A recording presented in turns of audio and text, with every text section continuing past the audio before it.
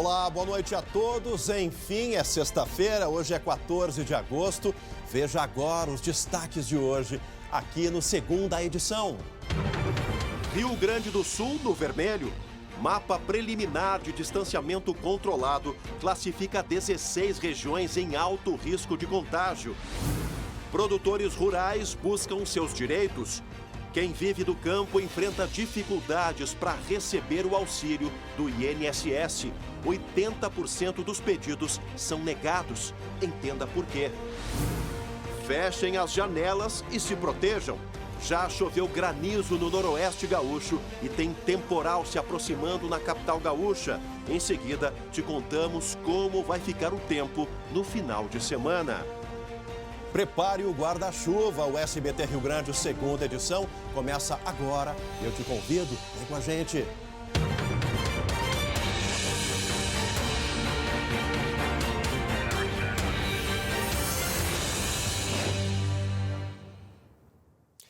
Olha, pessoal, o Rio Grande do Sul está no vermelho e não é só na economia.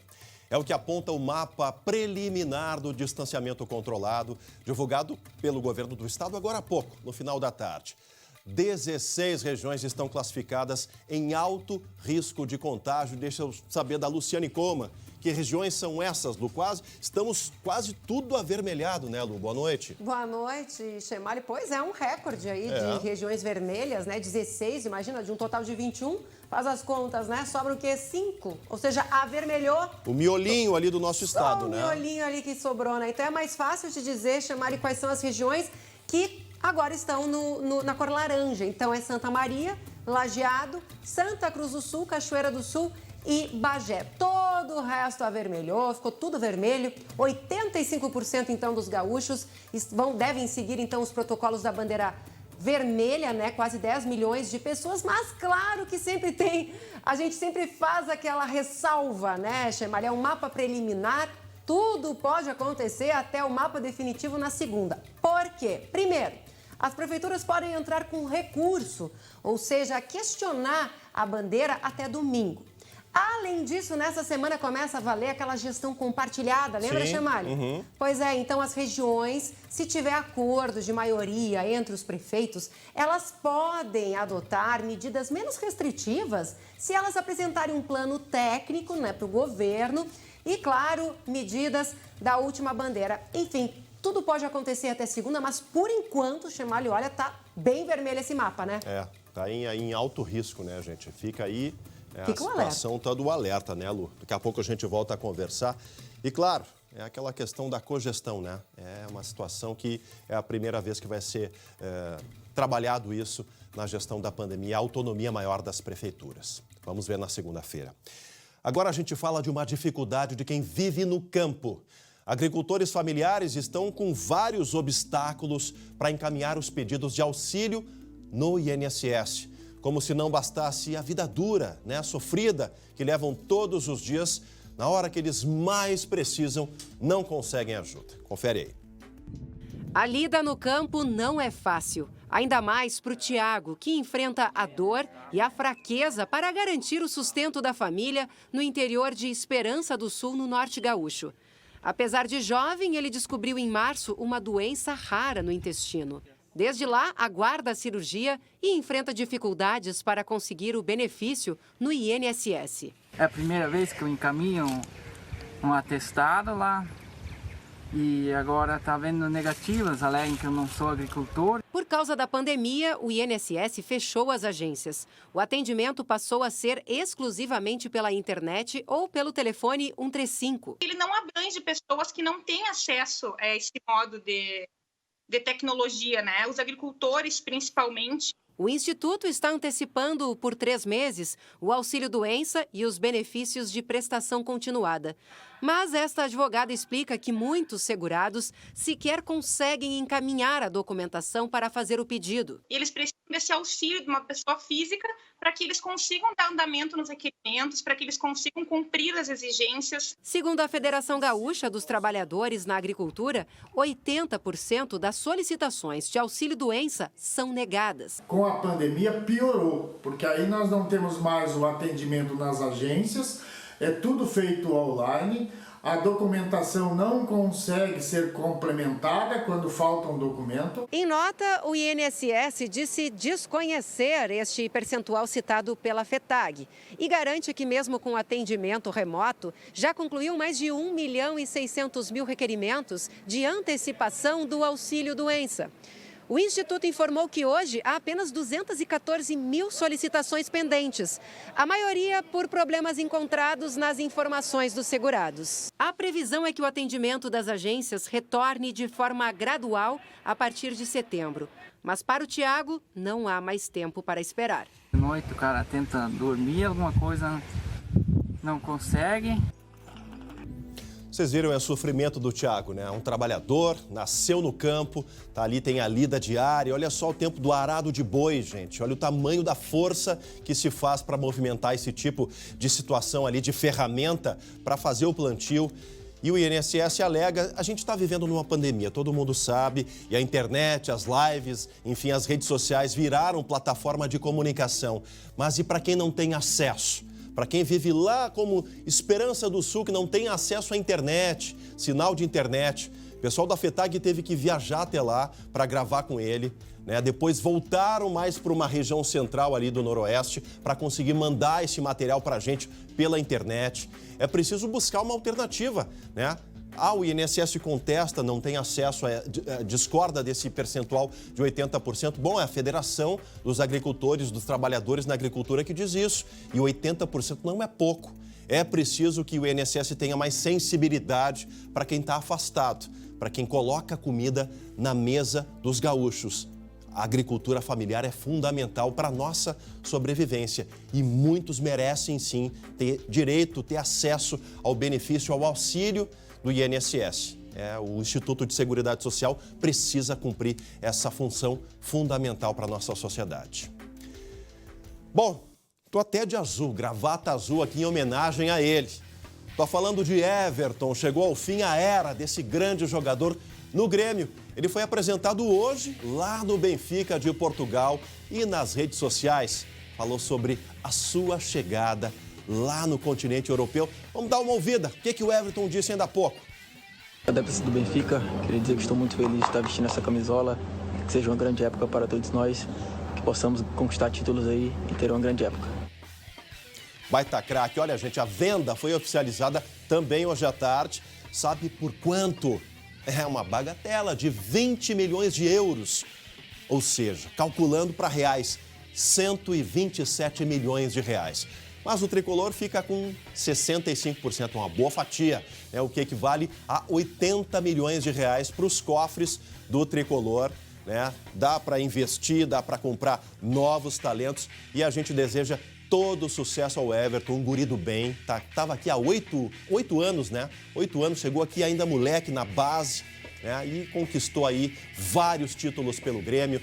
Copa Libertadores, Recopa, Campeonato Gaúcho, enfim, vários títulos e merece todo sucesso porque é um cara do bem. Todo mundo que está no meio do futebol sabe disso, tá bom? A gente vai seguindo agora aqui com o Segunda Edição. Falando em tempos de pandemia, a doação de máscaras e álcool gel para a população mais carente já virou costume. Mas e quando se trata de alimentação? Uma empresa gaúcha não mediu esforços para isso. Veja agora no SBT Entrevista.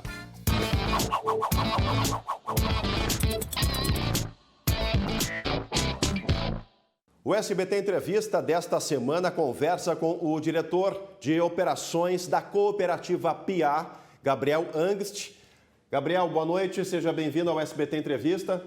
Olá, boa noite, tudo bem? Marcelo, como vai? Agora, Gabriel, como é que foi a reação do grupo de colaboradores, de associados em enfrentar um desafio tão grande quanto o combate aí à doença, à Covid-19 e, ao mesmo tempo, saber que faz parte, né, de um setor essencial para a economia? Isso requer uma responsabilidade e um cuidado bastante amplo e principalmente uma conscientização do nosso pessoal como um todo, sejam associados, colaboradores ou terceirizados que prestam serviços para nós, né?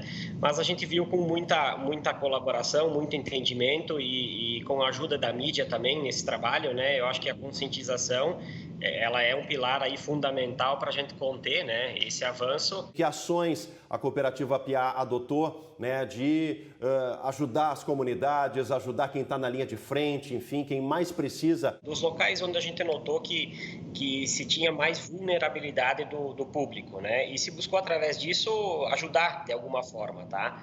A Cooperativa Piá, ela doou nesse período, tá, de pandemia mais de R$200 mil em alimentos através do Banco de Alimentos do Rio Grande do Sul. Então, a gente fez as doações através do Banco de Alimentos, buscando chegar nessas comunidades mais carentes e onde o problema, na nossa visão, estaria mais identificado, áreas mais vulneráveis. Com relação aos números, vocês tinham uma projeção de crescimento de 15%, né, durante o ano de 2020. Como é que está o cenário agora? A gente nota uma migração para alguns produtos que são típicos das pessoas que cozinham em casa. Então, foi muito nítido para a indústria esse movimento, tá? O aumento de vendas de produtos voltados à culinária caseira, que a gente chama, né?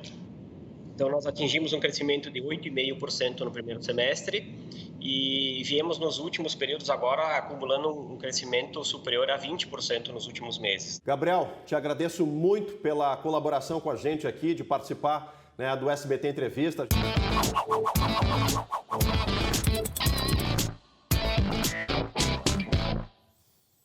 Todo sucesso à Cooperativa Piá, lá de Nova Petrópolis. Agora a gente tem um caso extremamente forte que aconteceu aqui do ladinho de Porto Alegre, na região metropolitana, em Canoas. Uma mulher foi presa hoje, suspeita de tortura, gente, tortura e maus tratos contra uma criança de 7 anos. Deixa eu saber da Luciane Coma. A gente estava bastante abalado, né, falando desse caso na redação, até chegar a informação da delegacia. Conta um pouquinho pra gente, Lu. Pois é, que história, Meu né, Deus. Chemali? Nós, como jornalistas, a gente fica chocado, imagina o pessoal de casa. Então, vou contar um pouquinho o que aconteceu. O Conselho Tutelar é quem fez a denúncia à polícia, porque tinha visitado a casa onde vivia essa criança com essa mulher. E aí, o Conselho constatou que a criança tinha um dedo do pé que estava roxo, um raspão na perna e hematomas nas costas. Foi na polícia e aí fez esta denúncia. O que a criança relatou para os conselheiros? Que tinha sido jogada contra a parede. Bom, aí começou toda a investigação, a polícia conseguiu então a prisão preventiva, né, que realizaram nessa manhã lá em Canoas. Mas assim, Chemali, essa criança não é filha dessa mulher. É uma história muito triste, né? A mãe dela era usuária de drogas, então ela perdeu o contato. Aí ela ficou sob a tutela da avó, que faleceu. E aí depois acabou ficando então sob a guarda dessa mulher que era amiga da idosa. A criança relatou que apanhava todo dia, que recebia castigos. Que bom que essa senhora então está agora presa, né? Que cumpra essa pena, né, Chemali? E a criança, né, tá num abrigo, tomara que consiga se recuperar desses traumas todos. Obrigado pela informação, Lu. É a importância do Conselho Tutelar, né, gente, e de encaminhar denúncias. Não se calar diante desses absurdos que muitas vezes acontecem aí entre quatro paredes. Trocando de assunto agora, eu tenho um desafio para te fazer. Pode pensar aí no AP dos seus sonhos, aquele que vai mudar o seu mundo, que a MRV tem. Tem para quem gosta de morar pertinho de tudo, na Zona Norte. Tem para quem quer viver o conforto do elevador, ama curtir a varanda e sonha com mergulhos na piscina, churrascos no espaço gourmet e os filhos brincando felizes no playground. E para você que ainda não conquistou o sonho da casa própria, a hora é agora. A MRV acaba de disponibilizar todo o seu estoque de imóveis no maior feirão digital do Brasil. São as melhores condições de compra do país e a menor taxa de juros da história. Você só começa a pagar a Caixa daqui a 6 meses e tem descontos realmente imperdíveis. E sabe do que é melhor? Tudo 100% digital, super fácil e seguro. Acesse agora mrv.com.br ou chama lá no WhatsApp. Anota o número aí, 31, código de área 99009000. É o maior feirão digital do Brasil e, é claro, só podia ser da MRV. Seguimos aqui no segunda edição, daqui a pouquinho vocês vão ver, gente. Tá aí as imagens, Olha só, vai acontecer alguma coisa com a produção gaúcha.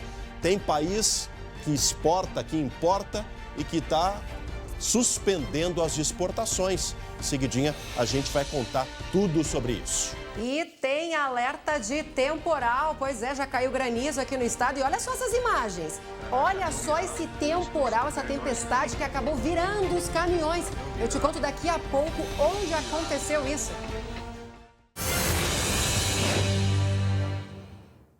Voltamos ao vivo com a segunda edição para todo o nosso estado.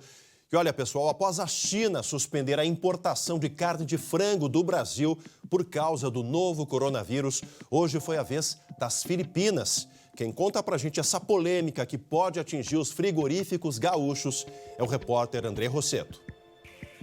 A informação da suspensão temporária da importação do frango brasileiro está no site do governo das Filipinas. O país é o terceiro maior comprador de carne de frango do Brasil, atrás da China e de Singapura. A proibição ocorre depois que autoridades chinesas encontraram traços do novo coronavírus em embalagens do alimento congelado, na província de Shenzhen. O lote foi produzido pela cooperativa Aurora de Santa Catarina, terceira maior exportadora de aves e suínos do Brasil. Em um comunicado, a empresa afirmou que soube do ocorrido pela imprensa e que ainda não houve notificação das autoridades chinesas. A cooperativa ressaltou que a produção cumpre todas as normas legais vigentes e exigências sanitárias. O Departamento de Agricultura filipino não informou por quanto tempo vai proibir a entrada do produto brasileiro. O Brasil representa cerca de 20% das importações de frango das Filipinas. Em nota, a Associação Brasileira de Proteína Animal afirmou que vai cobrar esclarecimentos, já que a decisão não tem fundamentação técnico-científica. O Ministério da Agricultura, Pecuária e Abastecimento informou que não foi notificado pelas autoridades das Filipinas. Segundo a Organização Mundial da Saúde, não há evidências de transmissão do vírus por alimentos ou pela rede alimentar. Este infectologista da Santa Casa de Porto Alegre diz que não há nenhum caso relatado. Só com o fato do cozimento já é suficiente para matar o vírus. O problema é que pode ser que quando se descongelar o frango, aquela pessoa que manipular aquele alimento antes do cozimento, essa pessoa possa se contaminar nas suas mãos com o vírus. Os traços de coronavírus estavam nas caixas, gente, não é no alimento, no frango congelado, que demora quase 40 dias para chegar lá na Ásia, nos containers aí de exportação brasileira. Agora, como eu queria que a China tivesse o mesmo rigor, o mesmo controle do que ela importa com o controle do início da pandemia, né? A mesma transparência e rigor. Talvez aí o mundo não estivesse esperando, passando por tudo isso que a gente está vivendo hoje com relação aí à vacina e todos os males que essa pandemia nos trouxe. Uma pena que esse rigor vale só para um lado, lá do outro lado do mundo. Tá chovendo por aí já? Olha, aqui em Porto Alegre a chuva começou há pouco, agora deu uma parada, mas durante a tarde, gente, teve granizo, teve pedra de granizo no noroeste gaúcho. Deixa eu saber com a Lu. Onde é que foi isso, Lu? Foi em Porto Mauá e Alecrim. Essas imagens são de Alecrim, terra da nossa colega, né, a Bruna Colossi, que é de lá. Exatamente. E olha aí a quantidade de gelo que caiu por lá. Chemalha, essa instabilidade, viu, ela deve atingir nas próximas horas toda a região da metade norte e também o leste do estado, não é só lá no noroeste. Inclusive aqui a região metropolitana. Há pouco eu conversei com a Estael Cias, ela disse que o risco maior é ali no Vale dos Sinos. E o que está por trás, né, dessa instabilidade? A gente tem um novo sistema de baixa pressão e também esquentou, né? A temperatura subiu, ficou mais abafado e aí sempre aumenta o risco, então, de temporais. A Defesa Civil emitiu um alerta para os temporais, viu, que chegam aqui em Porto Alegre. E olha, não foi só aqui não, viu, Gemari? Em Santa Catarina também teve granizo e olha só o que aconteceu. Meu Deus, olha a imagem, por lá. Pois é, isso foi em Tangará, muito forte. Olha ali os caminhões virados. Retorcidos os caminhões, olha aí. Retorcidos. Segundo a Metsul, deve ter acontecido ali um tornado ou uma microexplosão. Muito feio a coisa por lá. Eu não sei, o motorista, inclusive, ele se assusta. Não sei se a gente tem ali o sobe-som. Olha só. Cenário de guerra. Vamos ver se a gente consegue ouvir ali o que ele fala. Olha isso aqui em Tangará, caminhão virado, posto descoberto. Olha isso aqui. Assustado, né, bastante assustado. Mas enfim, né, tem que ficar alerta. Fecha a janela e ficar de olho lá pra rua. Vamos nos proteger. Bom final de semana, Lu. Até segunda. Bom fim de, tchau. Tchau, tchau. Olha só, gente, que tal aproveitar aí o isolamento social para assistir à estreia da nova temporada de Bake Off?